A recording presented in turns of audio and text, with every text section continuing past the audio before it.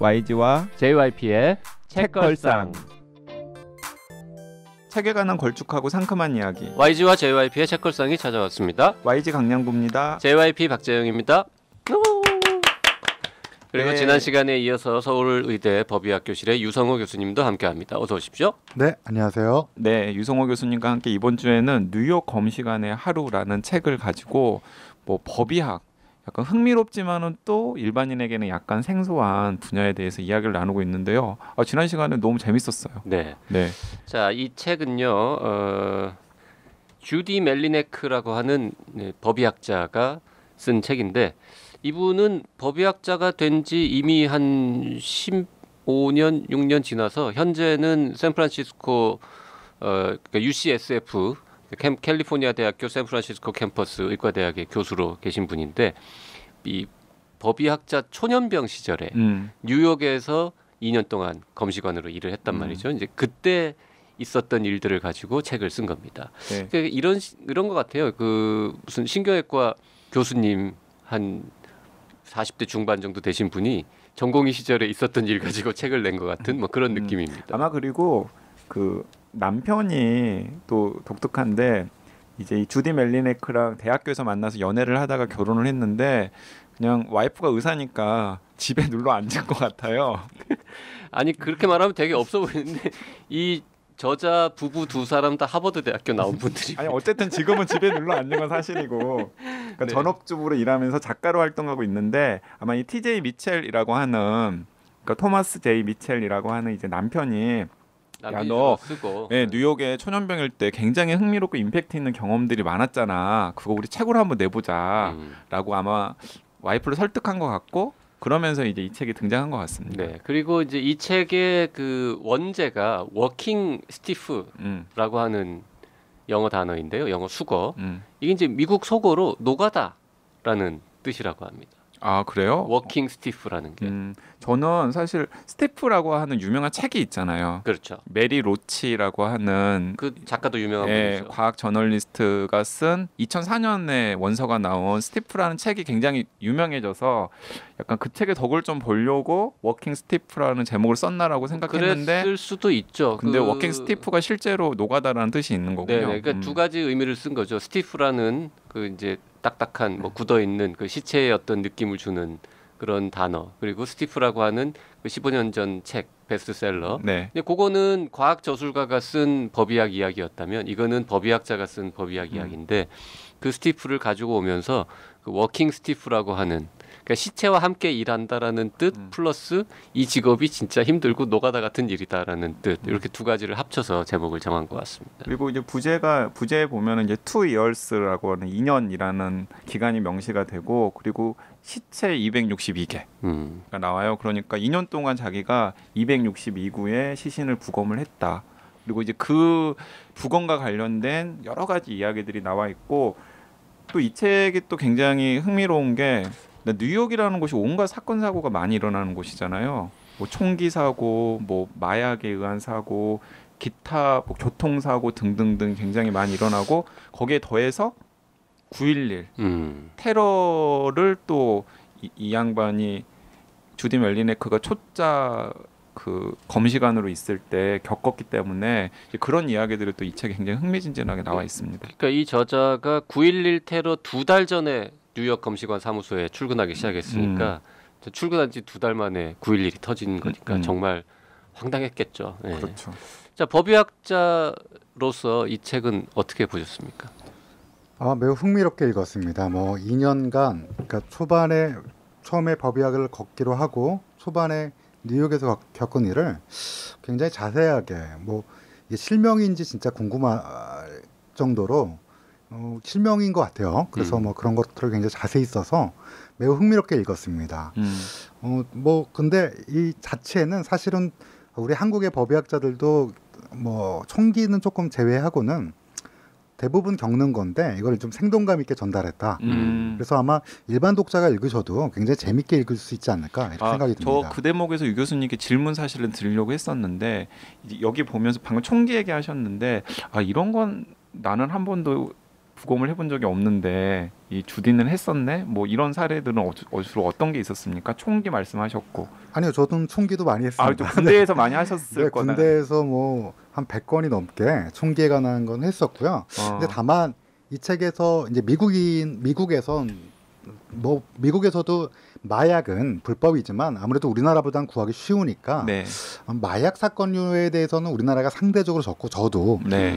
이 저자에 비해서는 마약류에 관한 거는 상대적으로 경험이 적습니다. 네. 마약 관련 시신의 부검 어떤 실력이라 그럴까요? 이런 거는 우리나라가 좀 떨어지겠네요. 아무래도 경험이 중요하니까요. 네. 제가 그 흥미로운 얘기를 말씀드리면 제가 이번 6월달에 일본에서 개최된 이제 세계 법의학회를 갔다 왔는데요. 거기에 이제 만난 분이 남아프리카 공화국의 그 법의학자였어요. 근데 그분의 말씀에 의하면 법의학에서 겪을 수 있는 모든 것들을 1년 안에 다 겪을 수 있다. 남아프리카 공화국에서.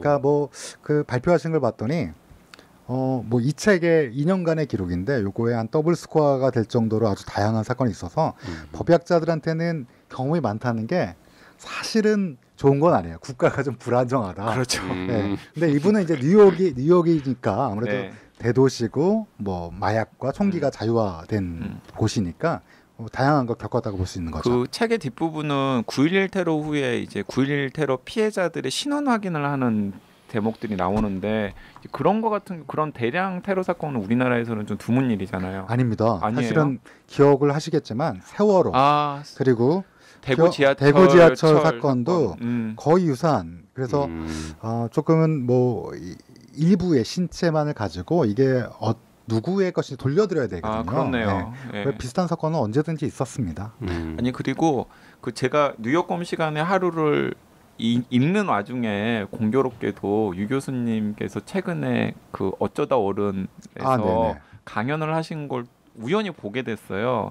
근데 그때 강연 내용 중에서 인상 깊었던 게 이 책에서 똑같이 나오더라고요. 이제 부검을 하는 가장 중요한 목적이 세 가지를 밝히는 거다. 후 이게 누구의 시신인지, 그리고 why 왜 죽었는지, 그리고 how 어떻게 죽었는지에 초점을 맞추고 그런 것들을 파악하는 게 이제 부검의 가장 중요한 목적이다라는 얘기를 강연 때 얼핏 하셨는데, 예, 근데 이 책에서도 보니까 이제 그 주디의 이제 멘토가 주디한테 이제 검 시간에 가장 막중한 임무가 사망 진단서에 기재될 두 가지를 명확하게 파악하는 건데, 하나가 사망의 원인이고 그리고 어떻게 죽음에 이르게 했는지라는 얘기를 이제 멘토가 막 강조한 대목이 나오는데 그게 딱 오버랩이 되더라고요. 네, 이건 뭐 전 세계적으로 같은 네네. 태제니까요. 네. 제가 이제 이 책에서 재밌게 읽었던 부분은 악취와 뼈 부분인데, 저도 그 부분 재밌게 읽었어요. 뭐 사람은 누구나 죽게 되고 뭐 죽은 후에 임종이라고 해서 가족분들이 옆에 있으면 굉장히 좋을 텐데 그렇지 못한 경우가 많죠. 네. 근데 이제 제가 왜 재밌게, 또 재밌다라고 하면 좀 그렇지만 의미 있게 읽은 이유는 우리나라에서도 아시다시피 고독사라는 게 생각보다는 굉장히 많습니다. 그러니까 비혼 가구도 많아지고요. 그다음 뭐 개인주의적 삶을 아무래도 조금은 미덕이 돼가는 사회에서 실제로 사망 당시에 주변에 아무도 없으면 이렇게 좀 끔찍한 얘기지만 부패가 된 상태로 발견된 경우가 많아요. 이거는 뭐 편집이 될지 안 될지는 모르겠지만 제가 부검한 경우 중에 상당수가 부패가 됐는데 주변에 요즘엔 반려견, 반려묘라고 그러죠. 네. 이런 것들을 키우는 경우가 많아요. 나 여기 메모도 해왔는데. 네네. 그래서 요새 개는 먹지 않고 고양이는 처음부터 먹는다라고 돼 있는데 어떻습니까, 진실은? 진실은 사실은 개도 먹습니다. 근데 그 개는 그 길티 필링을 느끼는 것 같아요. 제가 보기에는. 저는 실제로 현장에서도 보고 이러면 사망을 하고 이 개에게 어떤 먹을 거를 제공할 수 없는 상태고 어디 나갈 수도 없는 상태에서 어쩔 수 없는 선택이었고 가장 사랑하는 주인, 뭐 주인이라고 해야 될까? 동반자에 대한 인간에 대해서 그런 거가 시신의 훼손이 있게 되면 개 자체도 굉장히 큰 충격을 갖는 것 같아요. 그래서 저는 그래서 이게 어떻게 해결해야 될까 이런 생각들을 많이 했었거든요. 근데 아니나 다를까 이 책에서도 이런 거에 대해서 좀 기술이 돼 있어서 동감되는 부분이 많았습니다. 그러니까 121쪽에 나온 대목인데 제가 읽어드릴게요. 하필 이런 내용 부분을 읽습니까? 제일 좀 거시기한 부분을. 아니 근데 네. 뭐 어쨌든 간에 공유를 할 만한 내용이니까요. 집에서 키우는 고양이에 대한 설은 100% 진실이다.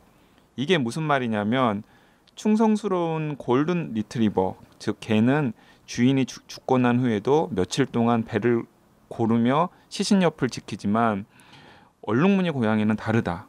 고양이는 아무 거리낌 없이 곧바로 주인의 시신을 먹어치운다.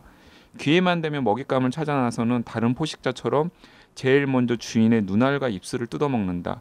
그 결과물이 어떤지 내 눈으로 직접 본 적도 있다. 참. 이게 이제 현대 사회, 특히 도시에서의 죽음일 경우에는 이런 것들이 한국에서도 전혀 무관한 게 아니다. 그리고 저도 실제로 많이 경험했고요. 그 골든 리트리버는 며칠 동안 지킨다고 되어 있잖아요. 며칠 지나면은 개도 먹을 수 있다는 뜻이군요. 예, 끔찍하지만 그렇습니다.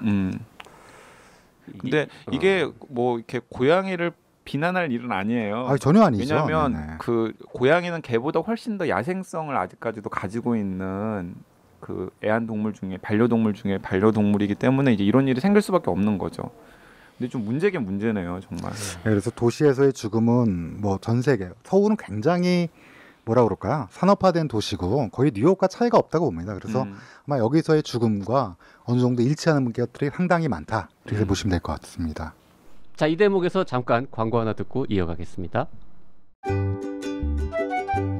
뜨거운 여름, 다이어트에 도전하는 분들 많으시죠? 다이어트의 계절 여름을 맞아서 나는 사다 청취자분들에게 특별한 선물을 저희가 드리려고 준비했는데요. 선물을 아무한테나 드릴 수는 없고요. 저희가 퀴즈를 하나 준비했습니다. 적당한 포만감을 주면서 지방 축적을 막고 요요 현상까지 예방해주는 특별한 다이어트가 있습니다. 바로 우유를 활용한 다이어트인데요. 진짜요? 우유는 혈당 지수가 낮고 단백질과 칼슘의 함량이 높은 음식입니다. 100ml당 60칼로리로 열량도 높지 않아요. 특히 우유에 들어있는 칼슘은 지방을 태우는 데 도움을 줍니다. 여기서 문제!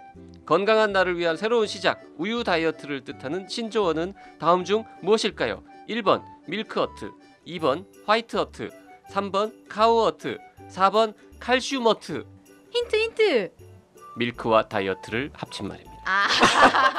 정답을 아시는 분은 나는 이사다 카카오톡, 페이스북, 팟빵에 댓글 남겨주시고요. 2018년 8월 26일까지 정답을 보내주신 분 가운데 150명을 추첨해서 스타벅스 카페라떼 기프티콘을 2장 보내드립니다. 2장이나요? 그럼 150명이면 뭐 그냥 뭐 다 드리는 거구만. 청취자분들의 많은 참여 바랍니다.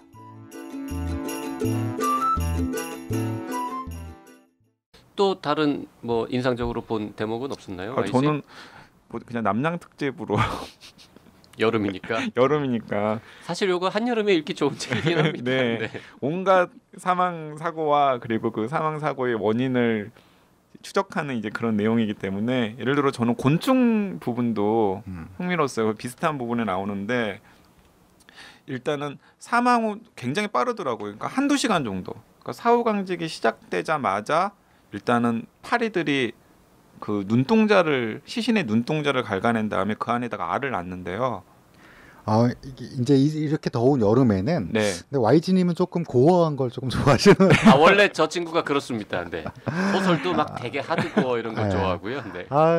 보통은 이렇게 더운 여름에는 시신이 2시간 이내에 알을 깝니다. 근데 이건 계절에 따라 달라요. 그러니까 사망 후에 근데 2시간 이내에 알을 까도 그게 이제 부화가 되느냐는 그 다음 처리. 그러니까 예를 들면 병원에서 돌아가시면 우리가 이제 대부분 그렇게 돌아가시잖아요. 네. 한 80%는. 그러니까 그 정도에서는 큰 문제가 없는데 이제 아까도 말씀드렸다시피 고독사 혼자서 돌아가실 경우에는 문제가 되는 거죠. 그러니까 어쨌든 간에 파리가 제일 먼저 꼬이는 거죠. 그렇습니다. 시식성 곤충이라고 하는데요. 네. 시신을 먹는 곤충이라고 하는데 거기에 첫 번째 우리를 찾아오는 거는 파리입니다. 그 고려대학교의 그 법의학교실에 박성환 교수님이라고 있는데 그분은 이제 위에 그 박종철 씨 부검한 황적준 교수님이라고 계시는데 그분이 이제 주장해서 법의곤충학을 전공하게 됐어요. 그래서 그분이 이제 우리나라에서는 혼자 대가죠. 혼자 하고 혼자 대가인데 이제 그분이 이제 그 연구하는 걸 보면 뭐 시식성 곤충은 사실은 뭐 바퀴벌레도 있고 사실은 뭐 딱정벌레도 있고 여러 개가 있는데 자연스러운 섭리예요. 우리가 그렇죠. 이제 흙으로 네. 돌아가게 되려면 그 말씀 법이 곤충학, 곤충 법이학, 뭐, 법이 곤충학. 법이 곤충학 말씀하시니까 생각났는데 이 책을 재밌게 읽으신 분들 그리고 과거에 스티프라는 책을 재밌게 읽으신 분들은 그 파리가 잡은 범인이라는 책도 있습니다. 그건 이제 법이 곤충학에 관한 책인데 그 꽤 오래전 책인 것 같은데 일간지에서 서평 써달라고 해가지고 제가 그 책에 서평을 썼던 기억이 나는데 그것도 되게 재밌었습니다. 굉장히 유성호 교수님 같은 분이 써야 되는데 저기 근데 이제 대학에서 요구하는 거는 이제 그 논문과 그렇죠. 여러 가지 학내 활동도 있고 그래서 아주 쓰겠습니다. 뭐 쓰겠지만 하여튼 주변에 많은 책들이 나와 있고요. 네네 이렇게 압박을 주시니까 좀 놀랍네요. 네. 우리 학장님도 아니고 왜 갑자기 아니 그 외국 책만 맨날 소개하다 보니까 우리나라에도 문국진 교수님 이후에 이윤성 교수님은 정말 말씀 잘하시고 아까도 나왔지만 TV에도 많이 나가시고 강의도 정말 잘하시고 제가 알기로 대한민국 의사 중에 유머 감각으로는 상위 1%에 들어가는 분인데 책을 안 쓰십니다. 교과서 말고. 너무 바쁘신 거겠죠. 대중서를 쓰는 거는 본인의 어떤 임무가 아니라고 생각하시는데 하지만 그것이 알고 싶다에 출연하시잖아요. 법의학의 세계라는 책이 있긴 있습니다. 근데 네. 얇은 책이죠. 대중서 라고 보기 좀 어렵나요? 네네네. 그래서 하여튼 우리나라에도 그 글 잘 쓰는 법의학자가 좀 나왔으면 좋겠다라는. 이게 왜 저를 쳐다보시면서 알겠습니다. 그래 네. 좋겠다고요. 그 파리가 잡은 범인이라는 책은 2002년에 나온 그렇게 책인데 오래된 건가요? 네, 리 고프라고 하는 이게 법이 곤충학 분야의 입문서네요. 맞습니다. 네. 그런데 이 책을 번역하시는 분은 또 황족준 선생님이라고 하는 네. 법의학자시네요. 방금 네네. 방금 말씀드린 것처럼 황족준 교수님이 여기에 관심이 많으셔갖고 네. 우리나라에는 최초로 이걸 시도하신 그래서 그 제자가 지금 열심히 하고 있습니다. 아하, 네. 저는 아무래도 맨 뒤쪽에 배치된 9.11 관련 그 서술들을 제일 좀 인상적으로 봤는데 뭐 그럴 수밖에 없었던 게 법의학 책들은 과거에도 봤었고 검시관이나 법의관들이 등장하는 소설들도 많이 보고 해가지고 앞부분은 저한테는 그래도 과거에 좀 봤던 이야기들이 많았는데 9.11은 뭐 모든 면에서 이게 스케일이 다르잖아요. 그렇죠. 야 이게 진짜 가장 놀라웠던 거는 그 사건이 딱 터지자마자 이 검시관 사무소에 있는 사람들은 각자 자기가 앞으로 뭘 할 건지에 대해서 준비하고 계획을 세우고 그리고 뉴욕에 사는 거의 모든 사람들이 우리 같으면은 뭐 그런 큰일이 터지면 다 막 우왕좌왕하고 나한테 피해를 피해를 안 오게 하려면은 뭘 해야 되지 이런 생각할 것 같은데 이거 미국 사람들은 전부 자 이 상황에서 난 무엇을 해야 하나를 생각하면서 각자 무슨 일을 하더라고요. 그 부분이 참 인상적이에요. 그러니까 평소에 시스템 그 위기 상황이 되었을 때 시스템적으로 어떻게 움직일지에 대한 훈련이나 대비가 잘 되어 있다라는 인상을 굉장히 받았습니다. 여기서 이제 한마디 말씀드리면 우리나라도 대량제 시스템에 대해서 뭐 아시겠지만 삼풍백화점으로부터 시작해서 여러 가지 대량제를 많이 겪어서 생각보다는 대량제 시스템이 잘 돼 있습니다. 그래요? 특히 국립과학사연구원에서는 이거를 제대로 하기 위해서 좀 안타깝지만 세월호 때 가동이 됐는데 이거에 대해서 전문적으로 프로그램도 만들었고요. 각자 역할이 어떤 건지도 지정돼 있습니다. 그래서 일어나지 않아야 되겠지만 만약에 불가피하게 이런 대량제가 있으면 의사분들과 국립과학사연구원들의 이 연구원 분들은 다 준비가 돼 있어요. 근데 문제는 이제 국민들이 이런 거에 대해서는 우왕좌왕할 수밖에 없고 이거를 제대로 잡아주는 건 정부의 역할이 아닌가. 정부의 행정에 대한 신뢰 이런 것들이 있어야지 되는 게 아닐까. 그런 면에서는 조금 미국이 부러운 점은 있습니다. 한 가지 뭐 거기에 덧붙여서 말씀드리면 메르스라고 기억나실지 모르겠지만 그거 다 기억나죠. 기억나시죠? 네네. 그것도 아마 국가에서 어떻게 통제하는지에 대한 전형적인 사례일 텐데 맞아요. 여기서 보시면 11장 299쪽부터 보면 전염병이라고 해서 탄저균에 대한 하는데 우리나라 메르스 같은 경우도 당시에 메르스가 불같이 퍼지면서 그거를 방지하는 뭐 이런 것들에 대해서 실패를 했었고요. 굉장히 고난을 겪었는데 메르스 환자에 대해서 부검을 한 경우가 한 번도 없었습니다. 그 당시에. 근데 이제 과연 메르스가 어떻게 사람을 사망케 하고 이런 병적 원인 그리고 이런 의학적으로 필요하지 않습니까? 그래서 부검을 했었으면 좋겠다라는 게 사실은 여러 의학계에서 제기됐었는데 국가에서는 당시 절대 부검 금지 아예 못하게 한 못하게 거예요? 했었어요. 못하게. 보건복지부에서. 근데 이걸 얘기해도 될지 모르겠지만 얘기를 한다고 큰 문제는 안 했으니까 서울대학교 병원에서 우리 자체적으로는 우리가 페널티를 받더라도 이걸 바이오세이프티 레벨 3 이상의 부검실은 우리나라에 없습니다. 바이오 세이프티 레벨이라고 해서 네네. 실제로 이런 전염병 사실 그러니까 혹시라도 부검 과정에서 전염병이 확산될 가능성 그렇습니다. 때문에 지금 걱정하는 그렇습니다. 거죠. 네네. 그래서 이 11장 전염병 요 책에서도 사실은 이거는 옛날 일이라 조금은 허술한 거예요. 요즘에는 하면 안 되는 거죠. 안 됩니다. 이렇게 하면 안 되는데 아마 용감하게 네. 진행하려고 했던 것 같고 저희는 그래서 아시다시피 음압 병실이 그거를 대체할 수 있는 거라서 거기서 부검을 해야겠다라는 생각을 해서 제가 내린 결정은 아니고 이제 다른 교수님 의과대학에 이거 치료를 해야 되고 이거의 병적 원인을 알기 위해서는 해야 된다라고 생각하신 교수님이 실제로 가족들도 거기 설득을 했고 야, 이게 나가면 어떤 파장이 날지 모르겠지만 안 했으니까 네네. 근데 이제 그래서 하려고 그랬습니다. 그런데 마지막에 유가족 측에서 부검을 마지막 순간에 거절했어요. 그래서 저 그때 이제 옷 갈아입고 다 준비. 제가 부검하기로 했는데 특공대죠. 그때 당시에 메르스에 대한 공포가 엄청났기 때문에 그렇죠. 네네. 제 테크니션이라고 해서 여기 기술자라고 나오는 네. 분들 저희도 있습니다. 그래서 설득을 해서 용감한 젊은 여성분이었는데 그러니까 그 책의 내용을 잠깐 소개를 드리면은 이제 탄저균 테러가 9.11 9.11 직후에. 직후에 그때 이제 탄저병으로 죽은 시신이 실려 이제 왔는데 어쨌든간에 여기는 부검을 해야겠다라고 결정을 내려서 하는데 이제 부검을 도와주는 테크니션들이 노동조합 같은 게 있나 봐요. 그래서 우리는 감염의 위험이 있기 때문에 못하겠다라고 하니까 이제 어쩔 수 없이 이 검시관들만 막 2중 3중으로 장갑 끼고 이렇게 마스크 이렇게 하고 근데 막 불안하긴 하는 거죠. 이거 정말 감염 안 되는 거 맞나요?라고 하니까 항생제를 많이 투여한 상태에서 죽었기 때문에 아마 전염성은 거의 없을 거다. 라고 뭐 설득을 하면서 이제 하는 과정이 나오죠. 그래서 조금 더 얘기를 하면 그래서 준비를 했었죠. 근데 이제 좀 안타깝다라고 할까? 근데 못 했는데 뭐 미국에서 했습니다. 결국은 미국에서 그 당시 이제 우리 직전에 메르스가 성공적으로 막은 때 그때 이제 미국에서는 해갖고 뭐 논문을 내고 이거에 대한 병인을 추적했죠. 그러면 메르스가 창궐했던 이제 중동 지역에서는 부검된 케이스가 한 번도 없습니다. 그러면 미국에서 처음으로 메르스 사망자가 부검이 이루어진 거예요? 그렇습니다. 그러니까 이런 게 이제 의학의 발달 이런 면에서 우리가 보면 먼저 할 수도 있었는데 우리가 창궐했잖아요. 뭐 정책이 실패였지만 우리가 먼저 하고 우리가 논문도 내고 이런 거 다 할 수 있었는데 못한 거군요.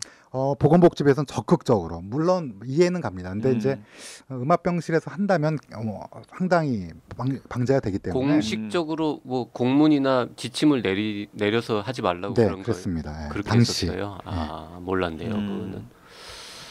한참 취재를 했었는데도 그런 사실은 몰랐었네요. 아마도 부검에 대한 생각은 아마 전혀 못했. 아마 많은 취재분들 하시는 분들이. 네, 그리고 부검을 해야 되겠다는 생각 자체도 못했었던 것 같아요. 우리가 부검 그러면 왠지 진실은 하나, 범인 뭐 이런 것만 생각하시니까 병적인 원인 때문에도 반드시 부검을 해야 되거든요. 그러니까 부검을 통해서 예를 들어서 메르스 환자가 왜 죽는지가 좀 더 정확하게 규명이 되면 뭐 치료법을 개발하는 데도 도움이 되니까. 그렇습니다. 뭐 영상의학만으로는 한계가 있고 조직으로서 밝힐 수 있는 게 있으니까요. 그러니까 폐에 영향을 준다는데 어떤 식으로 맞습니다. 어떤 병변으로 폐에 영향을 주는지 등등을 부검을 통해서 정확하게 확인을 하면 나중에 메르스 환자가 발생했을 때 훨씬 더 효과적인 치료법으로 대응을 할 수 있을 텐데 보건복지부에서 하지 말라고 공식적으로 질병관리본부랑 질병관리본부랑 명령했는데도 서울대 병원에서는 아니요 안 했어요. 하려고 그러니까 다른 하려고 교수님들이 시도까지 교수님들은 했었군요. 다들 이거를 하려고 그 누가 책임집니까? 만약에 했다가 지시 위반이라고. 요거는 이제 삭제.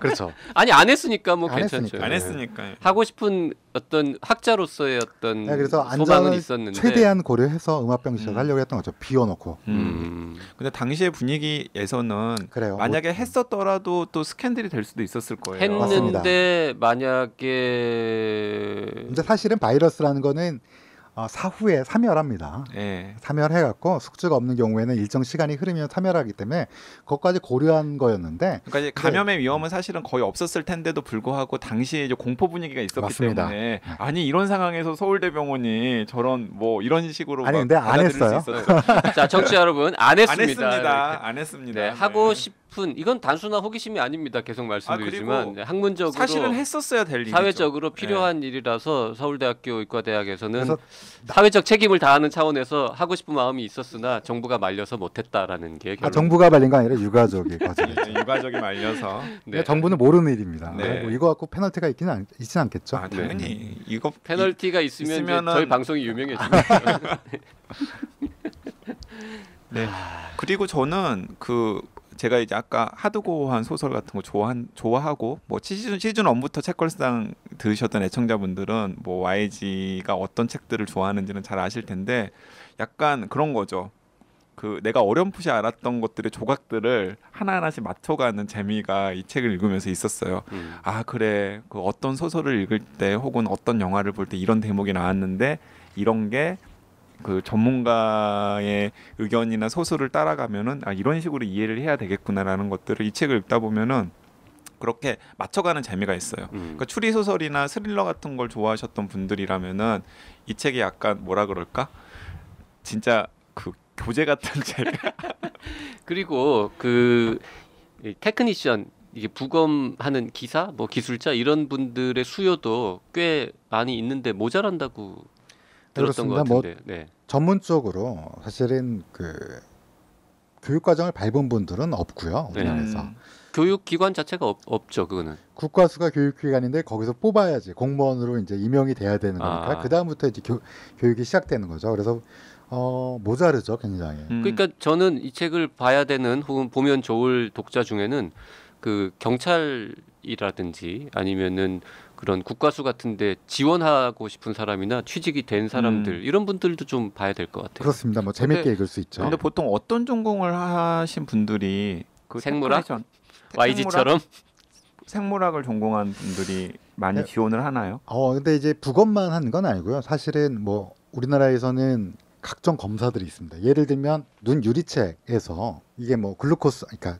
당이 얼마나 되는지, 뭐 전해질이 얼마나 되는지 이런 것들 검사하고 또 뭐 플랑크톤이라고 그래서 왜 물 익사한 경우에 플랑크톤 검사 뭐 이런 것도 해야 되니까 네. 기본적으로 과학 계열에 밟으셔야 되는데 유리한 거는 아무래도 임상병리 쪽에 만약에 전공이나 또 생물학 쪽 전공 이런 쪽들이 유리하시고요. 임상병리학과라는 게 참 네. 있죠. 네. 최근에는 요즘에는 이제 법의학에서 최신 트렌드가 뭐냐면 영상입니다. CT나 MRI를 우리나라는 아직까지 그 수준에 못 왔는데 유럽이나 미국 같은 경우에는 오톱시 즉 부검과 사후 영상을 거의 같은 걸로 취급을 해요. 네, 그러니까 시신을 CT나 MRI를 찍는다는 찍습니다. 거죠. 네, 근데 CT나 MRI를 찍으려면 또 안지오그래피라고 해서 혈관 조영술도 해요. 시신에서 거기 피가 안 도는데 어떻게 혈관 돌게 할 수 조영술을- 있습니다. 그러니까 여러 가지 테크닉을 이용해서 오. 그래서 요즘에는 이제 국가수에도 우리나라에 딱 한 대예요. 이제 일본 같은 경우에는 71개 의과대학 중에서 40개 의과대학의 법의학 교실이 CT를 갖고 있는데 우리나라는 40개 의과대학에서 10개 의과대학이 법의학 교실이 있고 아무도 CT를 가지고 있지 않지만 우리나라에서 CT는 국립과학수사연구원, 서울과학수사연구소에서만 딱 한 대를 가지고 있어요. 그래요. 근데 이제 이거를 국가가 조금 더 잘 살게 되면 늘어나지 않을까 그래서 뽑습니다. 그러니까 영상 쪽에 전공하신 분들 예를 들면 뭐가 있을까요? 방사선과 네네. 네. 이런 대학에서 뭐 전문대도 있고 뭐 이런 대학도 있는데 그런 거 전공하신 분들도 국가수에 취직하는데 유리하십니다. 유리합니다. CT 시신을 찍는 CT 국가수에 있는 거 병원에 있는 CT랑 기계 자체는 같은 거 아닙니까? 같습니다. 근데 이제 유럽에서는 EU에서 지멘스의 펀드와 여러 가지를 매칭해 갖고 벌토벗이라고 해서 벌추얼 오톱시라고 하거든요. 네. 가상 부검? 부검.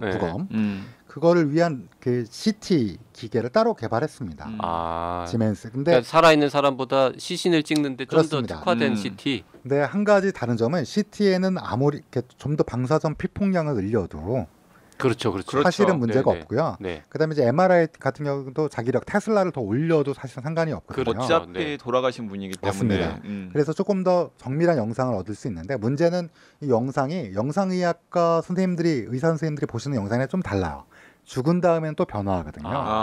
영상의학과 전문의가 봐도 잘 모르겠네요. 그러면. 아니요, 뭐 기본적으로 잘 아시겠죠. 네. 근데 이거의 헤게모니를 갖고 일본에서는 지금 싸우고 있고요. 영상의학 의사냐, 법의학 의사냐. 법의학이냐. 근데 우리나라에서는 그게 헤게모니 싸움이 일어나면 당연히 법의학이 집니다. 자, 사람이 너무 적으니까. CT는 딱 한 대 서울 국가수 사무소에 있다고 말씀하셨는데 그럼 그러니까 시신을 MRI는 찍을 수 있는 특화된 CT를 말하는 그렇습니다. 거죠. 그렇습니다. MRI는 한 대도 없는 거겠네요. 없습니다. 아이러니컬하네요. MRI 인구 대비 MRI 숫자는 우리나라가 전 세계에서 1등인데 살아있는 사람의 경우에는 죽은 사람은 돈이 안 되죠. 죽은 사람을 네. 찍는 MRI는 아예 한 대도 없다.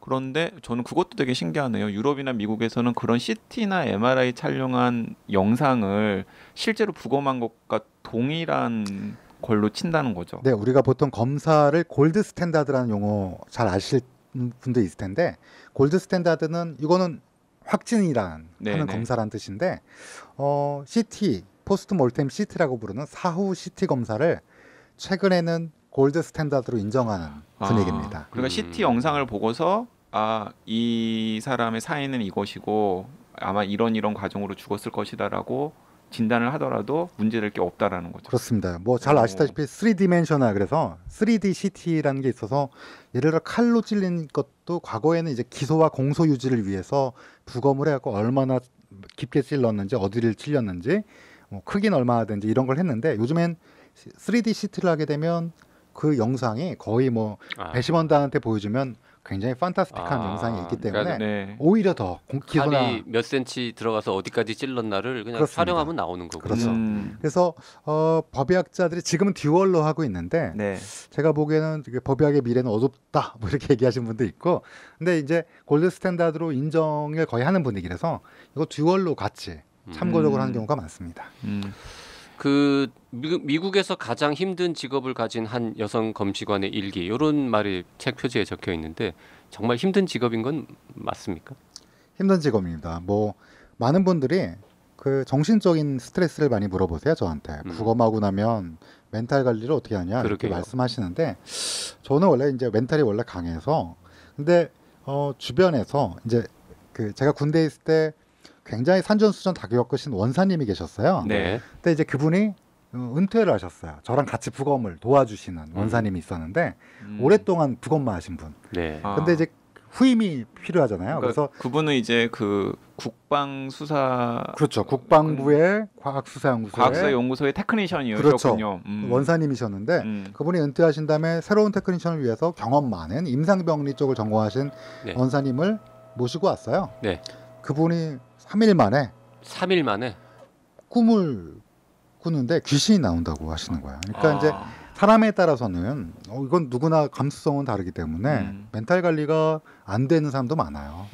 그래서 그런 면에서 하나 힘들고요. 육체적으로도 추락사나 교통사고 손상에서의 부검은 한 3시간 걸립니다. 꼬박 서서. 그럴 경우에는 뭐 아시다시피 좀 끔찍한 얘기지만 뭐 톱질도 하고 뭐 여러 군데 깊게 코를 박고 안쪽을 깊게 봐야 되니까 이 책에도 나오지만 추락사나 교통사고를 보면 겉이 멀쩡해도 열어보면은 엉망이라면서요. 네, 그걸 일일이 다 우리가 확인을 해줘야 되기 때문에 힘듭니다. 그러니까 육체적으로도 힘든 면이 있고요, 정신적으로 또 힘든 면이 있고요. 그래서 물론 뭐 아주 육체 노동을 주로 하시는 분만큼 피지컬이 힘들지는 않겠지만 그럼에도 불구하고 분명히 굉장히 힘든 직업은 맞습니다. 노가다라고 불러도 될 만한 직업이군요. 예, 뭐 그렇게 부르셔도 뭐 딱히 반박할 수는 없고. 근데 이제 그렇게 힘든 정신적으로나 뭐 신체적으로 힘든 직업인데 그리고 의사면허 갖고 있으니까 사실 다른 거 하면은 훨씬 더 편안하게 사실 수도 있는데 그 길을 가시는 이유는 이 책의 저자도 뭐 그런 얘기를 했었고 이 책의 부제도 차가운 시신, 따뜻한 시선 이런 말이 붙어 있는데 뭔가 이렇게 결국 사람에 대한 애정, 보람 뭐 이런 게 있기 때문이겠죠? 기본적으로는 그런 게 없으면 뭐 지금은 많이들 의사분들이 수입이 뭐 적다 뭐 이런 여러 가지 얘기가 있지만 쉽게 선택할 수 있는 직업은 아니에요. 여러모로. 저도 이제 뭐 부모님한테 처음에 법의학을 한번 해볼까라고 했더니 무슨 뭘 하는 거냐 그래서 부검한다 그러니까 그렇게 힘든 거 하고 싶으면 외과를 해라, 성형외과 뭐 이렇게 뭐 예를 들면 근데 이제 일반인들한테 팬시한 직업일 수는 있지만 실제로 아들이나 본인이 한다 그러면 어려운 직업은 맞아요. 그러니까 기본적으로 인간에 대해서 또는 호기심이 강하거나 어떤 그런 거가 없으면 선택하기는 좀 어렵죠. 제가 이제 유 교수님 그 자녀 나이는 잘 모르지만 만약에 자녀가 나도 아버지 따라서 법의학자가 되겠어요라고 하면은 말리실 건가요? 이제 그 미국의 교과서에 유명한 교과서가 있는데요. 그 교과서는 3대가 다 디트로이트 대학의 법의학 교수님이세요. 3대가 3대가 법의학만 한 거예요, 의사로. 근데 이제 우리 애가 이제 제가 그 책을 한번 집에다 갖다 놨는데 우연히 보다 그 서문만 영어긴 한데 어찌어찌 읽었는지 3대가 법의학자라는 걸 보고 놀랐나 봐요. 그래서 만약에 본인이 의과대학을 가면 그래서 이제 단서는 의과대학을 가야 되겠죠. 근데 그렇죠. 의과대학을 가면 고등학생입니다. 그래서 의과대학을 가면 법의학을 하면 어떻게 생각하냐 그랬는데 저는 사실은 반대예요. 왜냐하면 힘들 거를 굳이 그냥 순간적인 마음으로 선택하기에는 이 길이 그렇게 녹록지 않은 길이라서 만약에 본인이 잘 생각해서 정말 재밌고 일생을 헌신하고 싶으면 해도 되겠지만 굳이 아빠로서 강요를 하거나 권유를 할 만한 거는 아니다. 왜냐하면 자식을 너무 사랑하기 때문에 네. 사실 주변에서 괴롭히는 사람도 많아요. 소송도 당하고. 그렇죠. 또 그리고 법정에 가서 증언하면 살인자가 계속 쳐다보거든요. 네. 근데 이제 판사님이 처음에 제가 이제 증언하러 오면 제 이름도 얘기하고 주소를 얘기하는 분도 있어요. 아이고. 주소에 뭐 몇 동 몇 호까지는 얘기 안 하지만 네네. 내가 대충 어디 사는지까지 얘기하면 신원 확인 절차. 그렇죠. 네. 그다음에 하지 이제 말아야지 그런 거는. 그다음에 이제 그 피의자 분이 피고인이 이제 이제 나를 빤히 쳐다보면 뭐 자기는 목을 안 졸랐다 그러는데 저는 이제 목을 졸랐다 이걸 보면 이렇게 얘기할 때는 오싹오싹해요. 무섭기도 하고. 근데 저야 뭐 이윤성 교수님의 강의를 듣고 투신한 다음에 한 번도 후회는 없었지만 굳이 이렇게 막 시켜야겠다 뭐 이렇게는 생각 안 해요. 선택을 하면 할 수는 없지만. 그리고 또 어쨌든 간에 본인은 법의학자로서의 학문적인 양심에 따라서 어떤 이제 판단을 내렸는데 그 판단에 불만이 있을 수 있잖아요. 누구든지 간에. 또 그 판단 때문에 어쨌든 감옥에 가야 될 사람도 있고 그런 사람들은 어쨌든 간에 뭔가 그 안 좋은 감정을 가질 수 만약에 네. 만약에 지금 이제 그 법정에 목 졸랐네 안 졸랐네 얘기하셨는데 잘못될 가능성도 있어요. 진짜 목을 안 졸랐는데 선생님이 목을 졸라서 죽은 거다라고 증언하는 바람에 엉뚱한 사람이 그렇게 되면 가능성은 없나요? 그렇게 되면 큰일이라서 아마 이 뉴욕 검시관의 하루의 책에서도 정확하게 과학적 근거를 가지고 얘기해야 되지 과학적 근거 없으면 모르겠다라고 얘기하는 게 정답이잖아요. 네.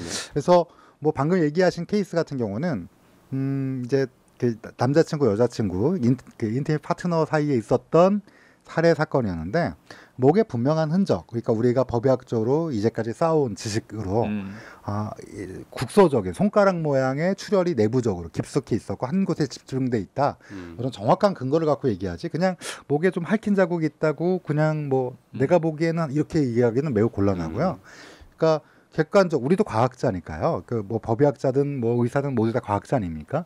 근거 중심으로 얘기할 수밖에 없기 때문에 그거는 만약에 조금 그냥 내 추론이 들어가면 얘기를 안 하죠. 네. 그러니까 법의학자가 봐도 사망의 원인을 잘 모르는 경우들 분명히 있을 테니까. 이 책에도 잘 나와 네네. 있다시피 많습니다 생각보다. 그러니까 그런 경우는 모른다고 하지 아니면은 뭐 같이 중립적으로 이럴 가능성을 나열하지 이 사람은 진짜로 목이 졸려서 죽은 겁니다라고 말하진 않는다라는 그렇습니다. 뭐 개인적 취향에 따라 다를 수는 있겠지만 대부분은 다 모른다라고 그러고 근데 하지만 법의학자들 사이에서도 의견이 갈리는 경우도 있잖아요. 있습니다. 네.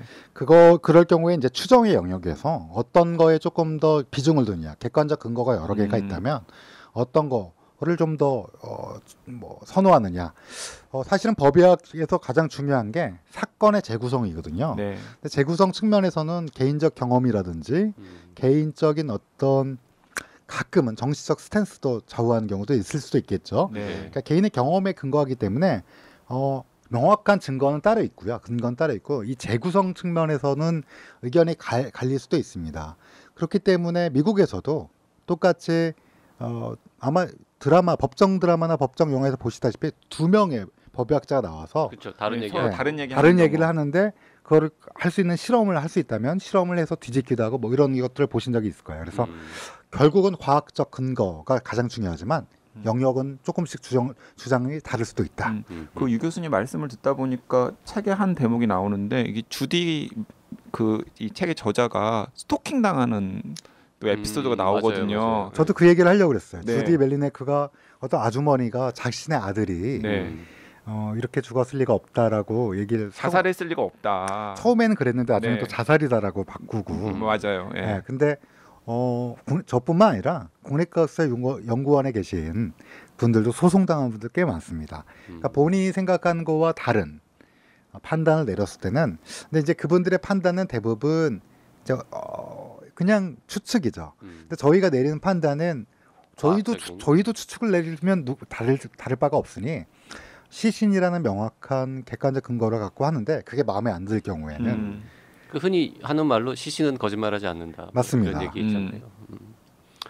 참 이래저래 어려운 직업이고 한편으로는 또 흥미진진하고 재미있는 직업이기도 하고 그런 것 같습니다. 자, 유 교수님 제가 한번 물어볼게요. 법의학의 미래는 밝습니까? 제가 1996년인가요? 제가 본과 4학년 때인가 그때 이윤성 교수님이 네. 더 이상 내려갈 곳이 없다. 치고 올라가면 된다고 말씀하셨는데 네. 지금도 그렇습니다. 더 이상 나빠지지는 않습니다. 그때보다 더 나빠진 건 아니죠. 그러니까 비슷하게 나쁜 거죠. 네, 비슷한 수준입니다. 그래서 이제 치고 올라갈 일만 남았습니다. 그렇게 나쁘진 않습니다. 네, 알겠습니다. 법의학자들이 많이 활동하고 법의학자들이 좀 좋은 대우를 받는 사회가 오히려 억울한 죽음이 적은 사회가 아닐까 뭐 이런 생각도 해보고요. 네, 그리고 또 저는 지난 에피소드 때 그 법의학이 국가가 제공할 수 있는 시민에게 주는 마지막 서비스라고 표현을 하셨는데 그 대목도 되게 좀 울림이 있었습니다. 그러게요. 네. 네. 자, 유성화 교수님이 그것이 알고 싶다에 출연하는 횟수가 적으면 적을수록 억울한 죽음이 적다는 뜻이겠죠, 아마. 네. 그렇겠죠. 맞아요. 그리고 그것이 알고 싶다의 에피소드 편수가 더 이상 만들어질 수 없는 상황이 이 법의학자들의 미상이 더 높아지는 거랑 반비례하는 것 같습니다. 예. 네. 자, 서울의대 법의학 교실의 유성화 교수님과 함께 2회에 걸쳐서 뉴욕 검시관의 하루 함께 읽어봤습니다. 네, 뉴욕 검시관의 하루 굉장히 흥미로운 책입니다. 그러니까 법의학이라는 학문의 세계 그리고 또 법의학자들이 도대체 무엇을 하는지를 굉장히 다양한 사례를 통해서 접할 수 있기 때문에 이런 직업에 좀 관심이 있는 분들 그리고 또 좀 전혀 다른 그 경험을 책으로 간접 경험해보고 싶은 분들이 충분히 여름에 흥미롭게 읽을 수 있는 책이라고 생각합니다. 네, 유성화 교수님 고맙습니다. 네, 감사합니다. 마치겠습니다.